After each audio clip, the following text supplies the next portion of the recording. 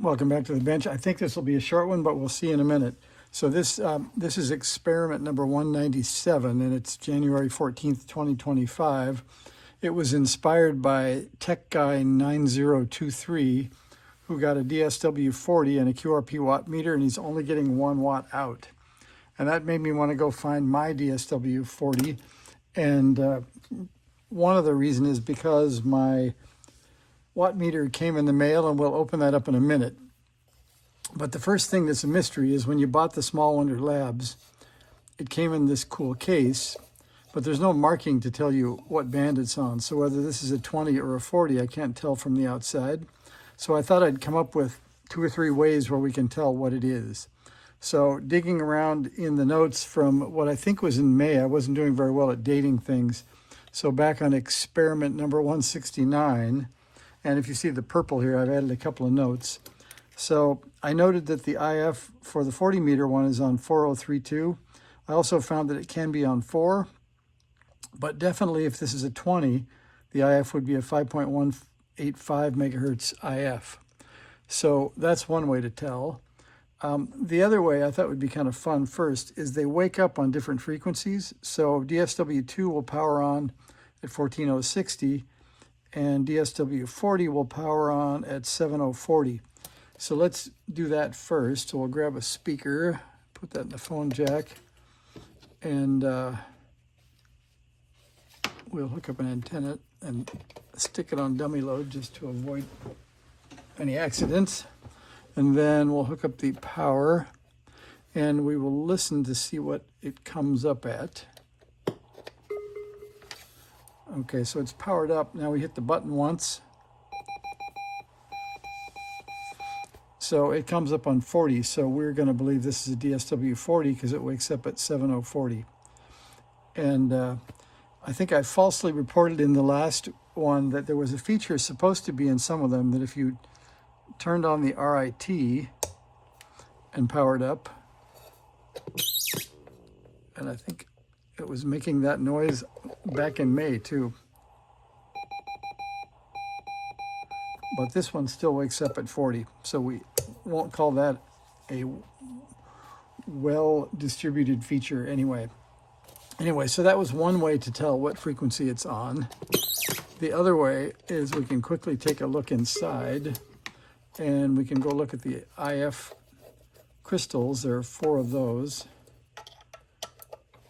And it's fun to go look in here anyway, so it's not really just to see the crystals.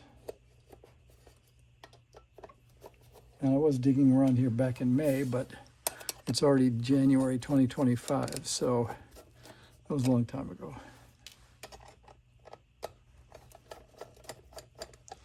Okay, we're in.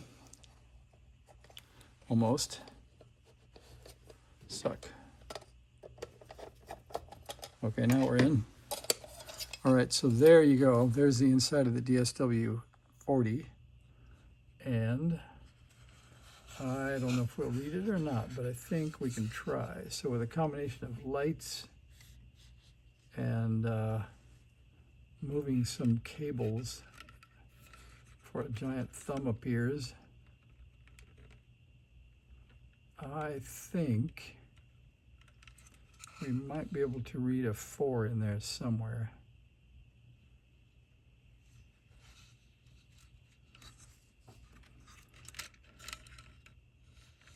How about that way? There you go, 4.000. So this one doesn't have the 4032, it's got 4000. And that is the DSW 40. And we can look at, there is the output filter. And we can drive around a little bit and see the PIC chip there. And what's under here? Oh, that's the PIC chip, yep. And I guess this may be the DDS chip. Let's turn it the right way. I think it is, yep. The AD marked chip there. Then, what else can we see? I guess our favorites are up here. So there's the SA612s. So those are the NE602 replacements. So there it is. I think we'll put the cover back on, and for Tech Guy 9023, I think we will use the scope, maybe. Let's see, how easy is it to get to? Oh, the RF jack is pretty easy to get to here. So let's do that with the cover off. We're going to connect up to the dummy load. We're powering up the scope above. I'll zoom back so I don't tear out your eyes. And we'll hook up the speaker again.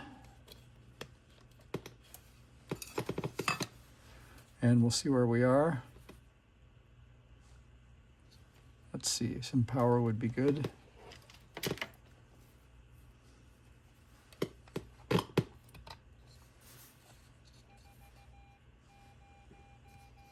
That says or.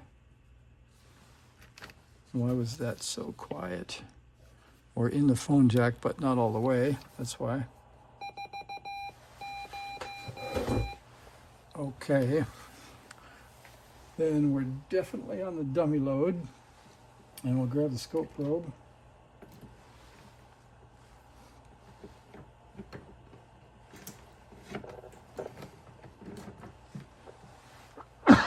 Excuse me. And we will hook right across the output. Maybe.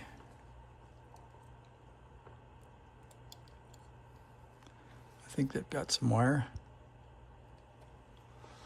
All right, then we are going to use the keyer, and I watched my own video from last year and remembered about the keyer. So it has one button, and you press it and you wait for the T to come, and that is the tune. But of course that's not going to work unless I actually have a paddle connected. So once you hear the T, you press a paddle button and it tunes. So we'll do that. S, R, T. And there's tune. So that works. Then we'll get you up looking at the scope. And it's right there. And let's see if I can zoom you in. Sorry about that. All right, we're going to go to 5 volts per division, or 10 if we want to be optimistic, I guess. And then we will hit the tune button. S, R, T. There's tune.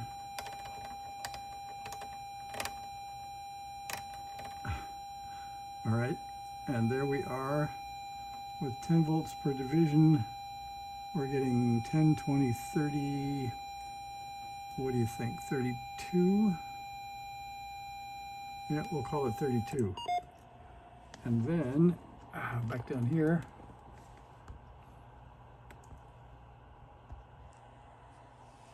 we will go over to the iPhone calculator.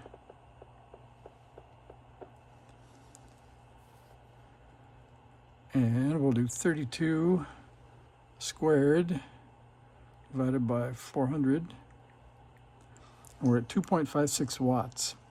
So that would answer for the question from Tech Guy 9023 that we're at least about 2.6 here without doing anything. And then let's see, we'll try to be a help and say how many turns are on my toroids. So I'll let you, let's see, zoom in and you can take a screenshot and count those if you want to.